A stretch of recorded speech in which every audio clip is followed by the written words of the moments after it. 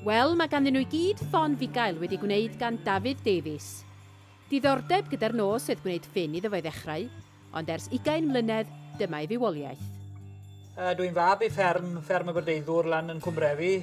Doedd y diddordeb da fi ambell i hwrdd y marw ar y ddeiar, ambell i gorn yn dod, a meddwl dechrau wneud ambell i ffon. Trial yn unan yn y gweithdy ddechrau, a wedyn mynd ar gwrs efo Andrew Jones lawr yn Llanbedr Pont Steffan, a wedyn cwrdd â hen figel i fyny yn Swydd Efrog, a wedyn dysgu efo fe, a wedyn mae stroli'r grefft yn hunan wedyn a gweithio yn y gweithdy de.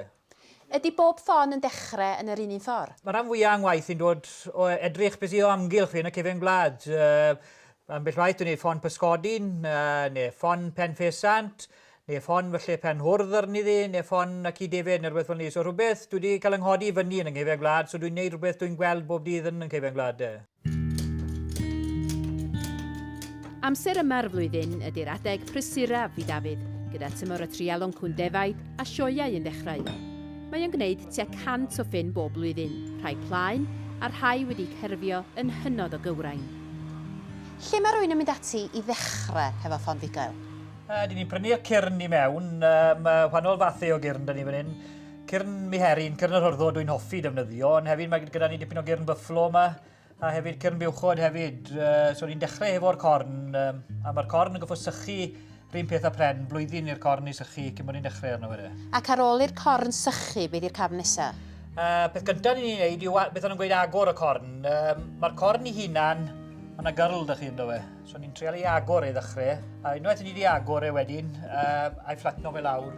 A mae'n edrych rhywbeth yn debyg i hyn gyda chi. Beth ni'n neud wedyn yw'r broses o bylco, sef gwasgu'r corn at ei gilydd. Y rheswm ni'n neud hyn, mae'r ffordd o ffermio wedi newid siw gymaint yn y 10 mlynedd ar 20 ddytha.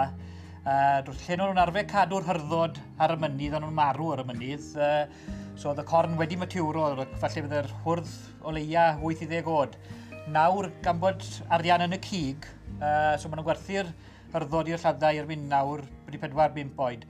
So mae'r corn tyfu i'r un pethau coeden, mae fel annual ring efo fe. A wedyn mae'n tyfu, a wedyn o achos bod nhw ddim digon hen, dyn nhw wedi tyfu digon. So mae'r broses dyn ni wedyn o wasgu'r corn, ni wedi gwneud proses newydd o wasgu'r corn at ei gilydd. So unwaith boethwch i fe, chi'n gallu gwasgu fe at ei gilydd. A'r coedyn, pa fath o goedyn ydych chi'n ddefnyddio? Defnyddio amryw coed eto. Cyll dwi'n hoffi defnyddio. Mae amryw liwiau ydych chi eto yn y cyll, beth ni'n galw'r mottle shank. Mae'n edrych fel snake skin. So mae amryw liwiau lawr y goes. Dwi hefyd yn defnyddio pethau fel dreinen ddi, neu'r pren afal, pren plwmsen, pren persen. Mae'r hynny i gyd a lwmpau bach am nhw fel nodules bach o amgylch nhw i gyd. Faint o amser mae'n gymryd i gwblhau un ffon? Mae ffon blaen, mae o leia 3-4 diwrnod mewn ffon blaen. Unrhyw beth cerfio, allwch chi fod yn hela wedyn o 5 i 10 diwrnod i wneud ffon gerfio. Dros y blynyddoedd mae Dafydd wedi cystadlu gyda'i Ffyn a nifer o ddarnau pren eraill mewn amryw o sioiau. Mae o hefyd wedi beirniadu yn y sioe Frenhinol yn Llanelwedd ac eleni mi fydd o'n beirniadu i fyny yn Darby. Yn ogystal o gwneud Ffyn, mae Dafydd yn creu chwibannau ceg allan o gyrn. Ef yw'r unig un yn y byd sy'n gwneud hyn.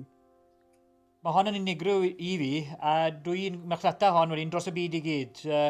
Chwysl sydd yn mynd mewn i'r geg. So, treali.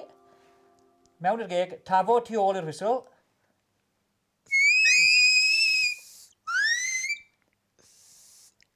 Ron o bod efo chi? O, diolch yn hawdd. Diolch yn hawdd. Dyma ni. Nai.